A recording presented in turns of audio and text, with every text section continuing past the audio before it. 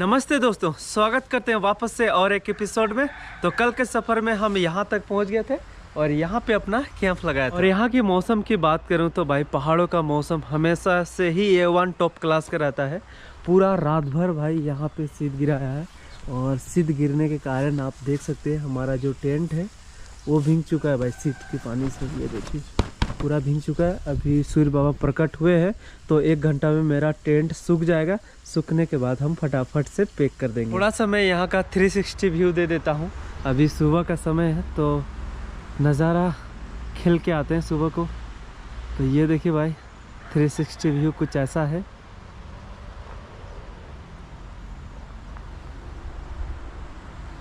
ये था भाई 360 व्यू और हमने कैंप लगाया एक कैंप साइट में। कल एक मैया जी से पूछा, उन्होंने बोला कि आप यहाँ पे लगा सकते हैं, तो हमने कल यहाँ पे लगा दिया था अपना कैंप। अब हम बात करते हैं भाई हमारा सफ़र के बारे। जिस विलेज की ओर जा रहे हैं वो विलेज यहाँ से करीबन 30 किलोमीटर की दूरी है। कल शाम हो गया था इसीलिए हमने जाना उचित नहीं समझा, यहाँ पर ही रुक गए। आज हम लोग 1 घंटा के बाद निकल जाएंगे। फटाफट से नहा धो के फ्रेश हो जाएंगे और उसके बाद हम निकल जाएंगे भाई। तब तक हमारा टेंट भी सूख जाएगा। उसको अभी पर्दा खोलते हैं और यहाँ पे बिछा देते हैं तो धूप का सूर्य बाबा का जो रोशनी है ना प्रॉपर पड़ेगा तो जल्दी सूख जाएगा, है ना।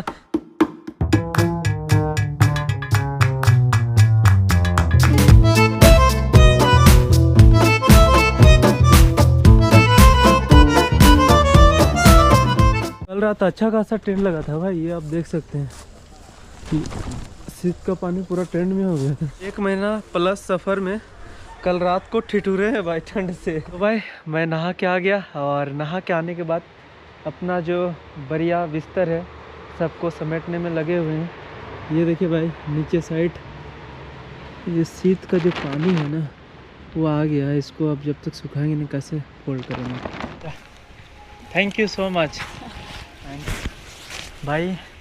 यही है मैया जी और ये है ओनर है, इन लोग हस्बैंड वाइफ है और इन्हीं का भाई ये होम स्टे है। तो भाई हमने मैया जी को मेट दे दिया और आपको ये होम स्टे का भी टूर करा ही दिया।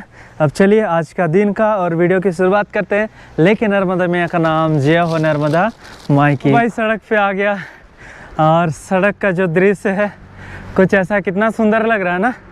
किनारे किनारे दोनों साइड लंबे लंबे पेड़ और एक लाइन से, और इधर का देखिए कुछ ऐसा माहौल है भाई। वो देखिए भाई और एक गाड़ी आ रहा है, रुकेगा क्या? नहीं रुका। ये इधर हाथ से ऐसा लिफ्ट लेना पड़ेगा। यहाँ पे रुकने से फ़ायदा नहीं है, हम धीरे धीरे चलते ही रहते हैं। जैसे कोई गाड़ी आएगा तो हम हाथ देते चलेंगे। थाईलैंड के सिटी एरिया हमने दिखाया कितना साफ़ सुथरा था। एंड भाई यहाँ का विलेज एरिया भी देखिए, विलेज एरिया भी कितना साफ़ सुथरा है भाई। ये एक ग्राउंड है और ग्राउंड भी कितना साफ है। आप देखिए एकदम हरा भरा ग्राउंड है भाई, है ना। भाई मैंने बताया नहीं कि उस विलेज का नाम क्या है। उस विलेज का नाम है पा बोंग पियांग और यहाँ से 25 से 30 किलोमीटर की दूरी में है। गाड़ी तो ठीक ठाक चल रहा है, हम लिफ्ट के लिए ट्राई करे जा रहे हैं। और यहाँ से देखिए भाई कुछ ऐसा नज़ारा दिखाई दे रहा है और सारा फूल की खेती है। ये देखिए भाई इधर साइड भी बड़ा पैमाना पे फूल की खेती की गई है, मतलब अलग अलग वैरायटी की फूलों की यहाँ पे खेती की गई है। ये देखिए ये पूरा जंगल ही था लेकिन यहाँ पे खेती करने के लिए काफ़ी सारे पेड़ काटे गए और यहाँ पे भाई ऐसा फील्ड बनाया गया। उसके बाद यहाँ पे खेती कर रहे हैं, वरना आप उसके उधर साइड देखेंगे पूरा घना जंगल है। घना जंगल का पार्ट ये पूरा एरिया में ही था, लेकिन यहाँ के जो लोग हैं, निवासी लोग हैं, वो फिर ये एरिया को साफ़ किए, जितने भी पेड़ थे काट दिए, उसके बाद यहाँ पे खेती करने लगे। तो जंगल में मोस्टली ऐसे ही करते हैं। अभी भी हम जहाँ पे जा रहे हैं ना वो भी पूरा जंगल ही है, लेकिन जंगल को साफ़ करके वहाँ पे फिर भाई एक लैंड तैयार किया। लैंड के ऊपर फिर राइस की खेती कर रहे हैं। तो वो ऐसा ही है इधर का सिस्टम। एक चीज़ मैं यहाँ पे नोट कर रहा हूँ भाई, गांव बहुत छोटा सा है, सिंपल सा है, कोई बड़ा नहीं है, लेकिन यहाँ की मार्केट देखो भाई। ये देखिए यहाँ से स्टार्ट होता है पूरा मार्केट वहाँ तक है। सारा का प्राइस दिया हुआ है। स्वादिका इसका नाम हमको नहीं मालूम है, फूलगोभी जैसा ही है, लेकिन इसका 90 रुपये प्राइस है और इसका 60 रुपये एक बंडल का। इसका देखिए ये पालक साग होगा शायद, तो ये 20 बात 50 बात ऐसा करके है। और इधर भाई देखिए शकरकंद ऐसे आग में पका रहे हैं और बेच रहे हैं। ये जो है ना ये है 20 बात का, 20 बात राइट, ओके। और इधर स्ट्रॉबेरी बेच रहे हैं भाई, एक जो बंडल है 130, इसको 3 से मल्टीप्लाई कर दीजिए ना, मतलब लगभग 400 के आसपास। आप लोग देखिए गांव के बाज़ार में कितना फैसिलिटी है, आपको लग रहा है ये गांव के बाज़ार। ये देखिए भाई ये क्या है नहीं मालूम, दारू वगैरह होगा। जो देखिए भाई आप लोग देखते रहिए यहाँ पे क्या क्या नहीं मिल रहा है ना, सारे ड्राई फ्रूट से लेकर सारा कुछ भाई। ये देखो मटर सूटी, इसका यहाँ प्राइस है 180 के करीब। तो टमाटर, ये देखिए भाई ये क्या चीज़ है भाई, नेम Avocado. अवाकाडो, अवाकाडो ये 80 बात, 1 किलो 80 80, Yes. 1 किलो 80 बात का है भाई अवाकाडो। और इधर दिस एप्पल Yes. भाई, no no no no no try. Apple. How much 100, Yes. 300 के आसपास इसका प्राइस है भाई। या थैंक यू देख रहे हैं भाई। And which name Goodberry. Cape Goodberry. कुछ बोरी, इसका 150 के आसपास प्राइस है भाई। ऐसा है भाई इधर का मार्केट, क्या ही कहें। ये तो अलग अलग वैरायटी के वाइन लग रहा है भाई यहाँ पे, और यहाँ पे टेस्ट भी कर रही है लोग। ये क्या है भाई, हेलो स्वादी का। ये देखिए भाई, ये देखिए भाई, ये तो अपना कोड़ा जैसा लग रहा है। हाउ मच 20 बात, सही है भाई, प्राइस एकदम मस्त है। अच्छा किया हमने अपने गैस चूल्हा लेके रखे हुए हैं, अब ऐसे बॉयल करके हम भी खाएंगे इधर के स्टाइल में। एंड इधर की बात करो तो सब ऐसा ही है भाई। और इधर देखिए ये दारू वगैरह भी बेच रहे हैं भाई मार्केट में, खुलेआम यहाँ टेस्ट भी होता है चाय, ऐसा है भाई। और चावल का वैरायटी देखिए भाई, ये देखिए भाई डिफरेंट टाइप का यहाँ पे चावल है। और इसका प्राइस 700 रुपये का है। ये 400 आसपास, ये भी 450 के आसपास है ये। और ये 600, ये भी 600। ये देखो प्राइस दिया हुआ भाई यहाँ पे है ना। आप 3 से मल्टीप्लाई कर दीजिए और 20-30 रुपया कमा दीजिए तो हो जाएगा। यानी कि एक भात का वैल्यू हमारे इंडिया में 2.75 है। हनी है 450 रुपये का, प्योर है भाई। और ये 900 का है, 900 का प्योर है, यहाँ पे ऑर्गेनिक मिलता है भाई साहब। ये अमरूद है क्या, which name Chị bảo ở trong bài cooking. Cooking, ऐसा कुछ नहीं, कुकिंग, ओके भाई थैंक यू। खिलोई, एप्पल Apple. खिलोई बोलते हैं इसको भाई। और भाई ये क्या है,หัวไชเท้า विच नेम หัวไชเท้าเอาไปทำกินได้ व्हाट इट था, क्या बोल रहे हैं नहीं पता भाई, आप लोग देख लीजिए। นั่นแหละ ये 50 बात और 20 बात का है। या भाई ये क्या है मुझे नहीं पता, लेकिन दारू है भाई, वोडका वगैरह कुछ ऐसे लिखा हुआ है ना। आप प्राइस देख लीजिए भाई, जो दारू पीते हैं। और यहाँ पे ये देख रहे हैं, ये कप रखे हुए टेस्ट करने के लिए। या नो ट्राई भाई, हमने जीवन में कभी ट्राई नहीं किया है। नहीं। इधर भाई दारू वगैरह खूब जोर पीते हैं लोग, खूब पीते हैं, मैंने देखा। अभी जिन भाई साहब ने गाड़ी रोका था वो भी दारू पिए हुए थे। Pumpkin 1 kilo 50. हाँ Pumpkin 1 kilo 50. 50, Yeah, 1 kilo. अच्छा 1 किलो 50। ओ तेरी, ये क्या है, which name Pepino melon. Pepino melon, ऐसा कुछ नाम है। Price how much, This one 20. Only 120 बात भाई, एक का ही 60 रुपया है। वेजिटेबल फ्राई राइस, चलो भाई अपना खाना आ चुका है, fry rice, vegetable fry rice. जब से आ रहे हैं यही खा रहे हैं भाई, दूसरा कुछ समझ में आ नहीं रहा है। तो अब ले लिए गैस चूल्हा, बस कुछ दिन के बाद अपना ही खाना बना के खाएंगे। How many kilometre you going, जी ओके कैन दिस ओके। चलो भाई कुछ दूर की मिली है।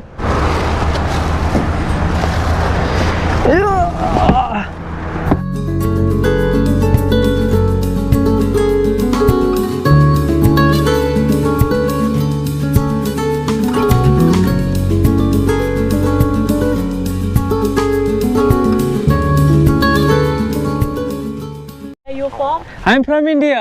Oh. या भाई ये दोनों बहुत मदद कर रहे हैं मेरी, लेकिन भाई ऐसा जगह छोड़ दिया, क्या बताऊँ।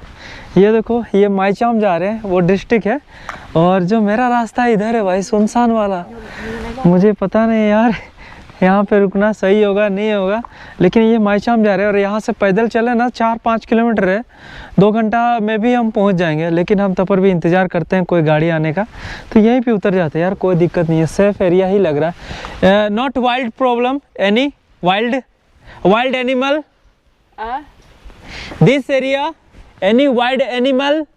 And दिक्कत है भाई, इन लोगों को इंग्लिश उतना बराबर नहीं आता, थोड़ा बहुत भी, इन लोगों को खाली थाई भाषा आता है। हो गया, क्या कल्लानी है। खैर अब पैसा रोटी चुने हैं तो अब क्या घबराना यार, चल प्रॉब्लम तो आती है। ओके नो प्रॉब्लम, चलो यार माता रानी का नाम लेते हैं। मुझे उम्मीद है कोई ना कोई गाड़ी आ ही जाएगा। मोस्टली गाड़ी इस रूट में जा रहा है ना, माईचियांग। How many kilometer Maichiang? Maichiang kilometer. Maichiang. You going Maichiang, right? Oh. Kilometer, Maichiang kilometer. แม่แจ่มมาจากเราจากเนี้ยลงไปแม่แจ่มมาประมาณกี่กิโล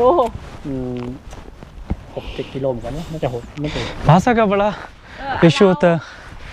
around ประมาณaround 7 kilometer Maichiang.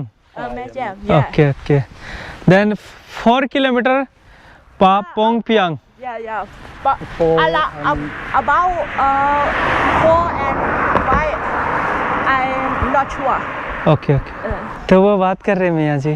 แต่ว่าไม่มีรถผ่านเลยอ๋อได้โอเค okay ओ भाई क्या बोलूँ मैं, मेरी खुशी। อันนี้เอาเนาะ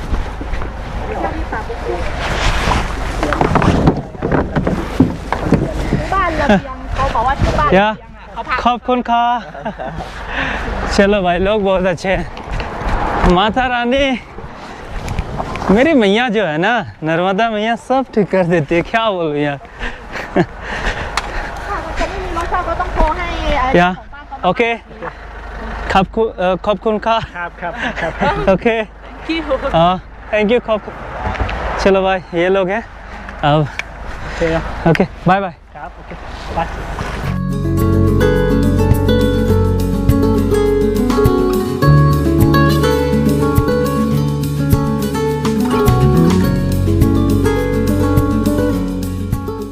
सच बताऊं यार, ये जो रास्ता है ना, बहुत सुंदर रास्ता है, एकदम जंगल के बीचों बीच ये रास्ता है। और यहाँ का जो इन्वायरमेंट है ना, एकदम टू गुड, मैं शब्दों में बता नहीं सकता भाई, इतना अच्छा है यहाँ का माहौल। मतलब एक अलग ही फीलिंग आ रही है मेरे अंदर, मतलब एक अलग ही भाव उत्पन्न हो रहा है जब इस रास्तों से होकर मेरी गाड़ी गुजर रही है। तो भाई सच में किस्मत का बात है भाई। मैं ईश्वर का और आप लोगों का दिल से शुक्रिया अदा करना चाहूँगा कि आप लोगों का प्यार और मोहब्बत का वजह से आज दीपक चंदन महतो ये थाईलैंड के इन खूबसूरत जंगलों में यात्रा कर पा रहा है, सिर्फ और सिर्फ आप लोगों का सपोर्ट की वजह से भाई। सच बताऊँ तो बहुत बहुत धन्यवाद आप सभी का।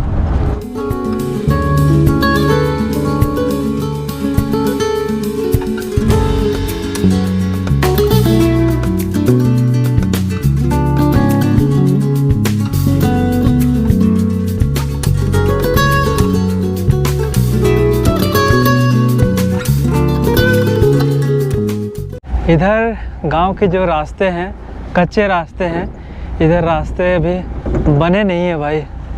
ये देखिए, ओ भाई ये देखो गांव देखो आप, शायद ये लोग इसी गांव के होंगे। Home stay thank you. पता नहीं भाई, मुझे तो कुछ समझ में नहीं आ रहा, लेकिन गांव बड़ा अच्छा लग रहा है। वो बोल रहे कि वो नेशनल पार्क में आप कैंप कर सकते हैं, लेकिन मैं वहाँ कैंप क्यों करूँगा, मैं स्पेशली इस गाँव के लिए आया हूँ। तो वो लोग अभी कुछ बातचीत करने के लिए जा रहे हैं, पता नहीं क्या। ये कोई होम स्टे में लेके आया मेरे को, लेकिन मेरे को होम स्टे में नहीं रुकना यार, कैंप लगाना भाई। इधर शायद कैंप अलाउ है कि नहीं अलाउ मालूम नहीं। तो ये लोग मुझे कहीं और लेके जा रहे हैं, इसी गांव में ही दूसरी साइड लेके जा रहे हैं। हम वापस कहाँ जा रहे हैं मुझे मालूम नहीं चल रहा भाई, कहाँ लेके जा रहे हैं। गांव तो उधर ही रह गया। चलो जो भी हो, इनको हमने ट्रांसलेट करके बता दिया है। अब देखो माता रानी क्या चाहती है भाई। यार मुझे समझ में नहीं आ रहा है, ये तो मुझे पूरा रिटर्न ही लेके जा रहे हैं। कहाँ लेके जा रहे हैं यार? मैं दिल धक धक कर रहा है यार, मैं मुश्किल से आया हूँ यहाँ पे, वापस मुझे लेके जा रहा है। मैंने ट्रांसलेट से तो अच्छे समझा दिया था इनको, मैंने मुंडी भी हिलाया था। क्या बोले यार, कहाँ लेके जा रहे हैं मुझे मालूम नहीं। गांव तो उधर ही रह गया, मेरा शक्ल देखने लायक हो गया। अभी मैं क्या बोलूं, बीच जंगल में अभी कुछ भी नहीं बोल सकता यार, क्योंकि एक गाड़ी नहीं चल रहा है। यही एक गाड़ी एक सहारा है, मैं चाह के भी कुछ नहीं कर सकता। मैं बस गांव देखा, घूमा भी नहीं यार, रुका भी नहीं और फिर वापस आया। बताओ। नहीं यार, माता रानी कैसे मेरे साथ बुरा चाहेगी, अच्छा ही चाह रही है। इसीलिए भाई साहब उधर लेके नहीं जा रहे हैं, अब दूसरी साइड लेके जा रहे हैं। मतलब हो सकता है उस गांव के ऊपर साइड कोई यही रास्ता जाता होगा, मालूम नहीं। एक चीज़ बताऊं, ये जंगल के बीचों बीच गाड़ी जा रही है, लेकिन यहाँ पे अभी भी 5G इंटरनेट है भाई, देख सकते हैं। जंगल के बीचों बीच 5G इंटरनेट चल रहा है। वाह, फैसिलिटी तो बढ़िया है भाई। भाई साहब इधर एक वाटरफॉल था, उनको लगा ये लोग वाटरफॉल देखने जाएंगे, बट वहाँ से भी यू टर्न ले लिए। अब मैं कुछ नहीं बोलूँगा भाई, माता रानी जैसा चाहेगी, कुछ नहीं बोलूँगा मैं। अब जहाँ जैसा जाएगा, जो होगा, कोई दिक्कत नहीं, मेरे को सब स्वीकार है। सच बताऊँ तो भाई साहब वापस गांव की ओर मुड़ गए हैं, अब गांव की ओर जा रहे हैं वापस से। ये देखिए वापस उसी गांव में लेके आए हैं। अब हम आपको गांव का दूसरा साइड दिखाते हैं। पहले घर देख लीजिए आप लोग, कुछ ऐसा घर है भाई इधर का।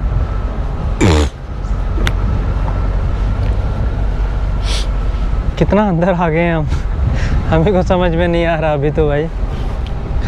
ये अलग ही माहौल दिख रहा है यहाँ पे। Okay, camp. Follow me. Okay, तो भाई कैंप लगाने के लिए इन्होंने बात कर दिया है। मैंने बोला था कि मैं यहाँ पे फ्री में कहाँ पे कैंप लगा सकता हूँ। Thank you so much.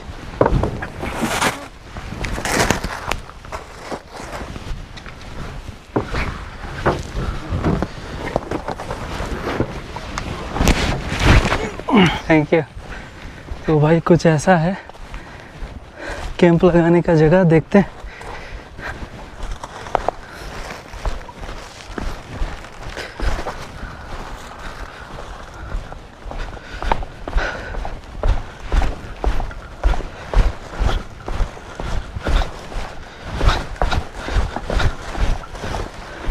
You okay? Okay, Wow. Okay. For free ना, no money, Yeah. Free. Yeah. I lend house. Your land. Yeah. ओ भाई साहब, तो ये देखिए भाई कुछ ऐसा जगह मिला मेरे को कैंप लगाने के लिए, बहुत ही अच्छा शानदार जगह। और यहाँ से भाई ये पूरा गांव का दृश्य दिखता है।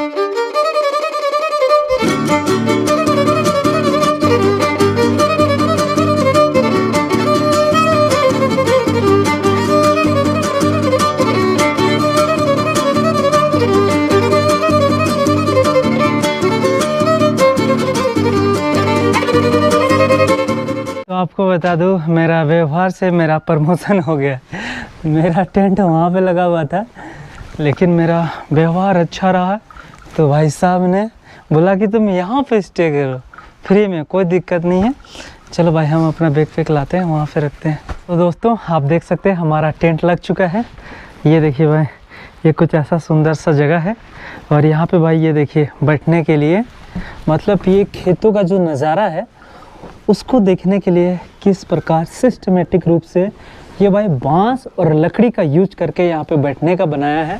और आप भाई ये जो राइस की खेती है उसको आप देख सकते हैं। फ़िलहाल अभी दिसंबर का महीना है, तो आपको पता ही होगा कि नवंबर को कट जाता है धान, तो इसीलिए भाई अभी कट चुका है। लेकिन व्यू तो भाई वही है, बस थोड़ा सा हरियाली देखने को नहीं मिल रहा है, लेकिन जो माहौल है यहाँ का वो तो भाई साल भर ऐसे ही रहेगा। फ़िलहाल आप नीचे पे देख सकते हैं काफ़ी सारे भैंस वहाँ पे चर रहे हैं। मेरे को काफ़ी अच्छा लग रहा है, तो मैं उनके करीब जाके आपको भी दिखाता हूँ किस प्रकार वो घास खा रहे हैं।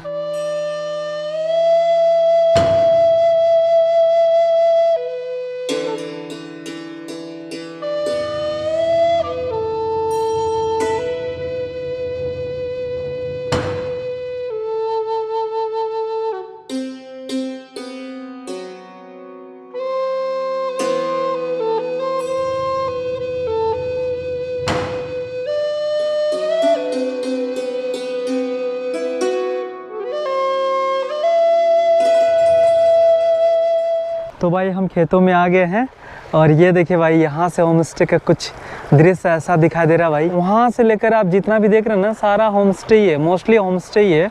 और यहाँ पे एक छोटा सा नाला दिखाई दिया है भाई। ये देखिए यहाँ पे फ्रेश पानी पहाड़ों से आ रहा है।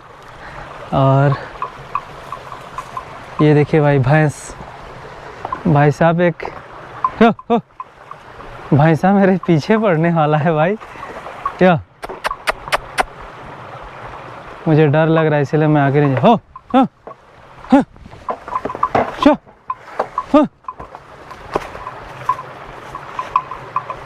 और चलो वही डर गया, मेरे को डराने आया था।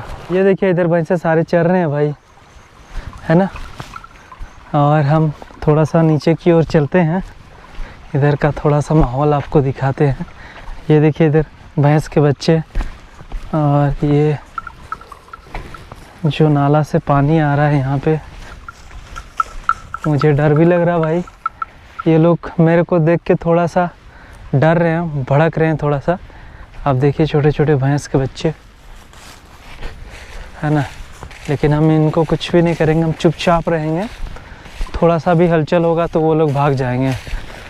और इधर देखिए भाई, इधर का कुछ ऐसा माहौल देखने को मिल रहा है। खेत देखिए, इन खेतों के बीच ऐसे घर भाई, ये सारा होम स्टे ही है। यहाँ पे लोग रुकते हैं, 2-2 4-4 दिनों तक टाइम एक्सपेंड करते हैं। अभी तो इधर टूरिस्ट बहुत कम आ रहे हैं, क्योंकि जो हरियाली है ना वो तो ख़त्म हो गया ना, धान कट गया है। जब से स्टार्ट होता है धान की रुपाई, उसके बाद से 3 महीना तक यहाँ पे भाई टूरिस्टों की भीड़ रहती है। काफ़ी सारे टूरिस्ट आते हैं और यहाँ पे रुकना पसंद करते हैं। ये देखिए ये पूरा होम स्टे ही है भाई। ये देखिए पीछे जंगल है, जंगल से लकड़ी लाते हैं, बांस भी लाते हैं और ऐसा अल्वेस्टर खरीदते हैं। बाद बाकी तो सब बांस और लकड़ी का बनाया हुआ ही घर है। ये लोग खुद मेहनत करते हैं और एक घर तैयार कर देते हैं। ये देखिए भाई, ये पूरा फर्श भी लकड़ी का है और ये जो पुल है ना, ये भी लकड़ी का है। अलग ही माहौल है भाई यहाँ पे, क्या कहूँ मैं। जिस प्रकार से सिचुएशन हालात दिख रहा है यहाँ पे, केवल और केवल बारिश के ऊपर ही ये डिपेंड है सारे खेत। तो जब बारिश आता है तो यहाँ पे खेती होती है। उसके बाद मेरे को लग नहीं रहा है, हो सकता है जनवरी फरवरी के बाद कुछ सब्जी का फसल या दाल का फसल वो लोग, या मक्का का फसल रोपते होंगे। अभी तो ऐसा कुछ देखने को नहीं मिल रहा है। बाद बाकी आप देखते हैं जगह जगह पे घर है, मतलब थोड़ा थोड़ा डिस्टेंस में है ना।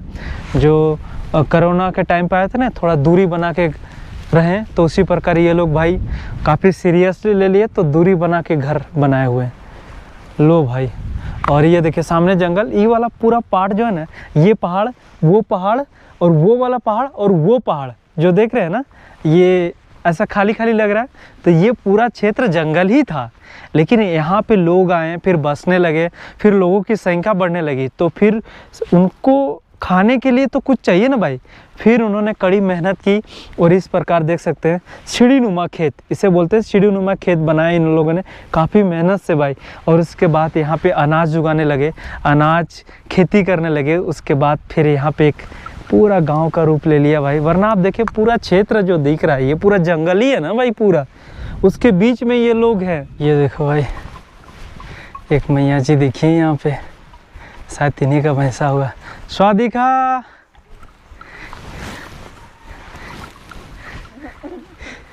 भाई, इनके पास वो है क्या बोलते हैं उसको यार, या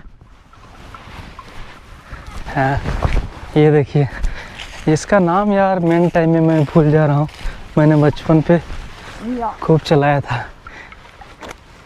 ऐसे करके चिड़िया मारते हैं भाई ये लोग। तो भाई खेत वगैरह दिखाने के बाद दोपहर को थोड़ा सा सो गया था और अभी उठाऊँ, मुँह कान वगैरह धो लिया, बाल भी समेट लिया। और भाई साहब भाई मेरे लिए आप देख सकते हैं पानी बोतल लेके आए। सामने कोई मार्ट वगैरह होगा तो वहीं से लेके आए। इनको पूछे थे कि पीने का पानी किधर मिलेगा, मैं भर लूँगा, तो बोले कि मैं लेते आऊँगा, तो वो लेते ला देंगे। अब भाई हम विलेज की ओर जाएंगे और विलेज को हम बारीकी से देखेंगे और सारा कुछ जानने की कोशिश करेंगे। और ये देखिए भाई ये है पाइनएप्पल।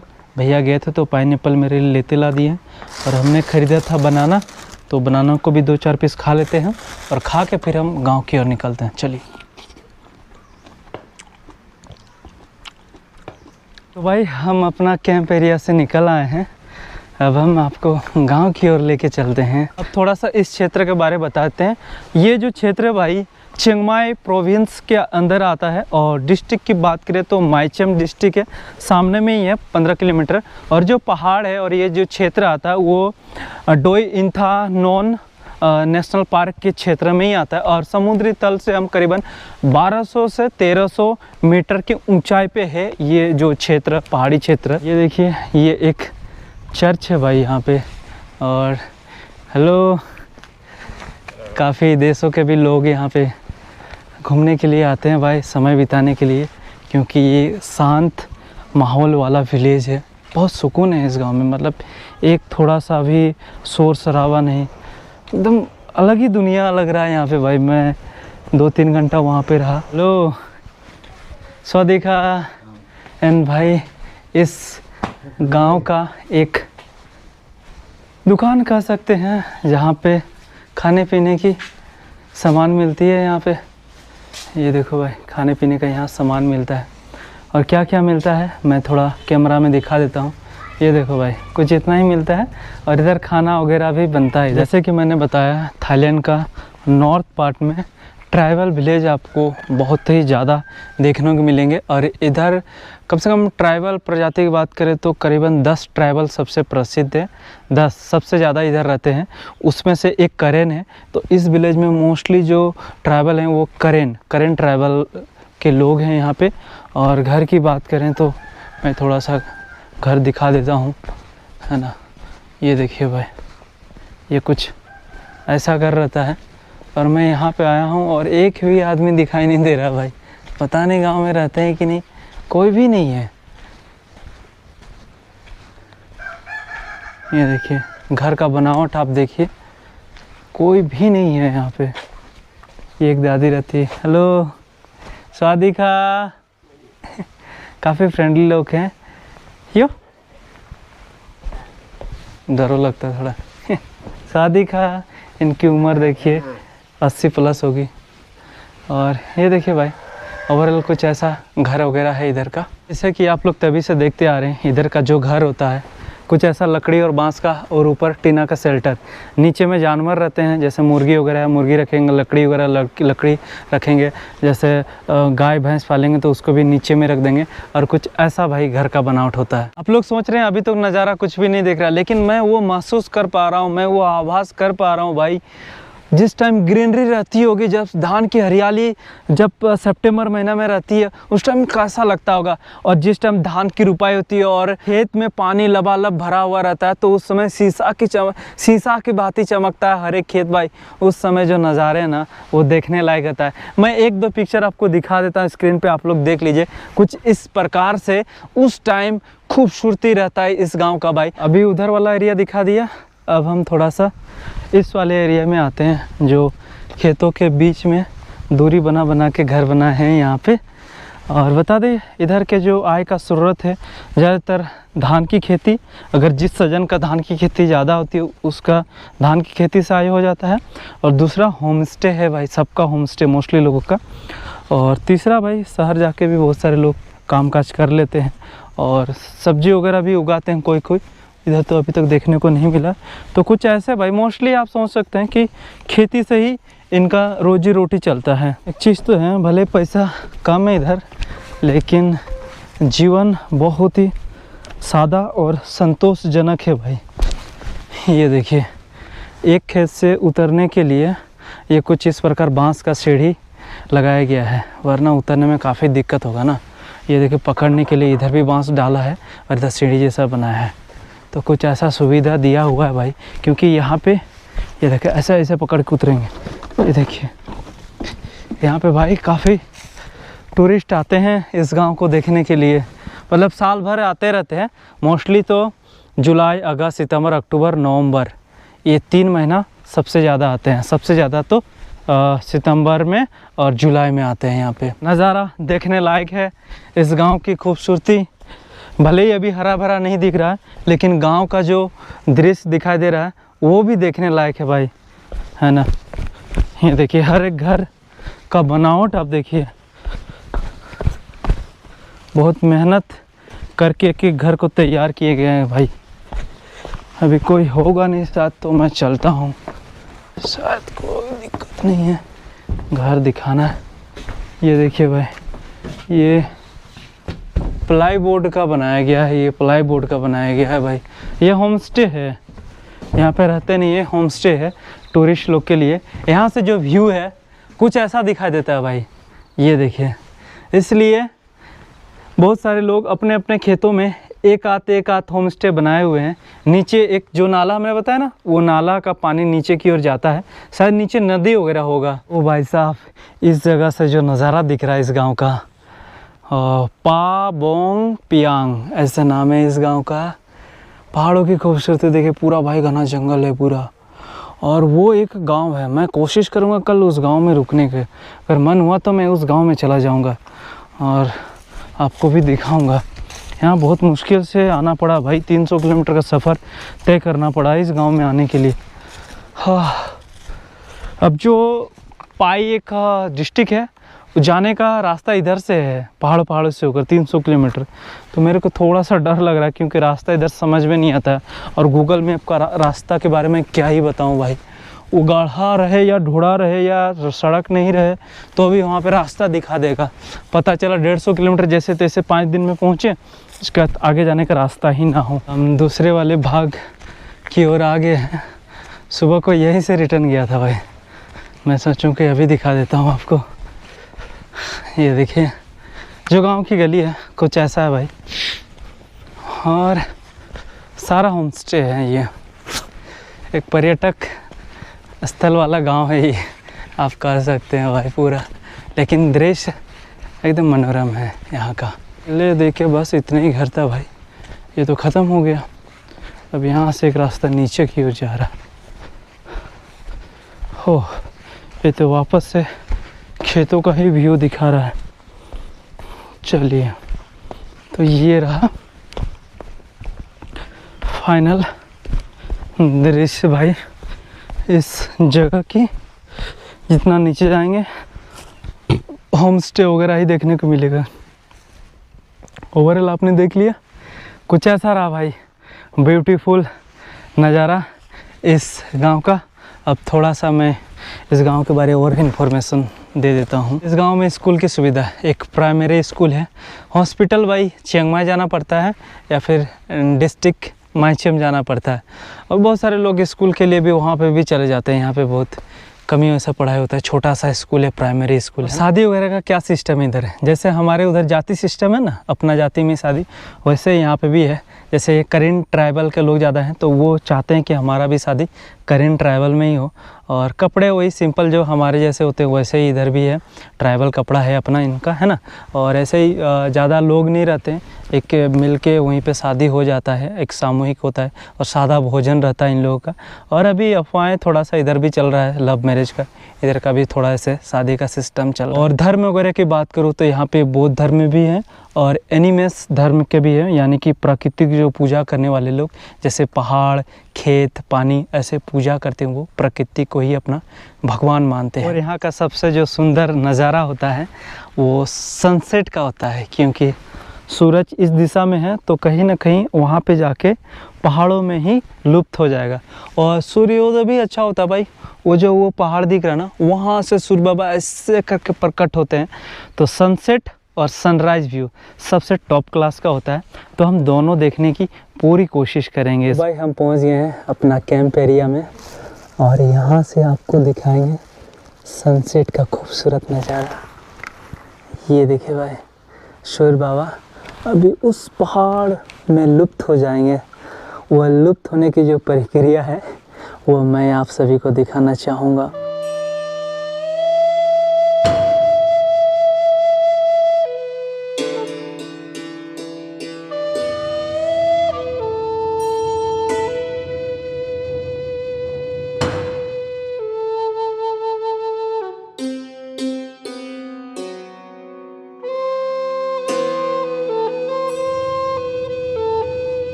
तो भाई इस प्रकार सनसेट का खूबसूरत नज़ारा यहाँ से दिखाई देता है और इसे देखने के लिए काफ़ी दूर दूर से कई देशों से लोग यहाँ पे आते हैं और सनसेट और सनराइज़ का आनंद लेते हैं। सनसेट हमने दिखा दिया, कल वाली वीडियो में सनराइज़ भी दिखाएंगे, तो वो वाली वीडियो मिस मत करना। और गांव भी हमने ओवरऑल दिखा दिया। और आज का जो सफ़र था कुछ इस प्रकार से रहा भाई। इस गांव तक आने का जो टारगेट था वो कंप्लीट हो गया। अब हम यहाँ से कोई और दूसरा खूबसूरत अनोखे गांव में आपको लेके चलेंगे, इतना आप विश्वास रखिए। हम पूरा थाईलैंड में अब जितना भी दिन है विलेज लाइफ ही देखेंगे, विलेज एरिया ही कवर करेंगे। तो भाई इस वीडियो में यहीं तक, मिलते हैं और एक नई वीडियो में। तब तक के लिए जय हिंद, वंदे मातरम, नर्मदे मैया की जय। और आज 50 बात ही खर्च हुआ है।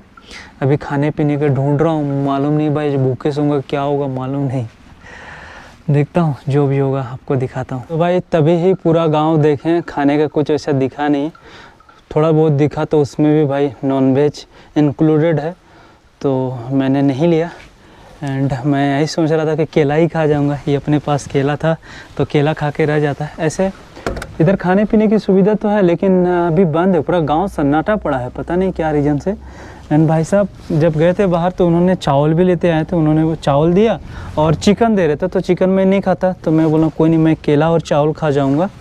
तो ऐसा भाई आज का जो हमारा रात्रि का भोजन है कुछ ऐसा है।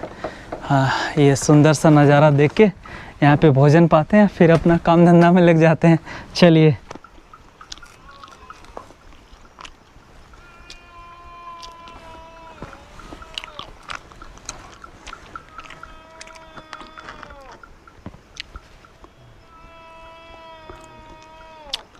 तो भाई अभी रात के 10 बज रहे हैं और एडिटिंग हमने ऑलमोस्ट कंप्लीट कर दिया है। और एक चीज़ आप सभी को बताना है कि इस गांव में लाइट नहीं है, जबकि इंटरनेट 5G है लेकिन लाइट बिल्कुल भी नहीं है। मैं आपको इस गांव का रात का नज़ारा दिखाता हूँ। ये देखिए कुछ ऐसा नज़ारा है भाई, दूर वो गांव में लाइट है, जो देखिए वो तारा जैसा दिख रहा है ना, उस गांव में लाइट है, लेकिन इस गांव में लाइट नहीं है। यही बताना था। मिलते हैं नेक्स्ट एपिसोड में, तब तक के लिए जय हिंद।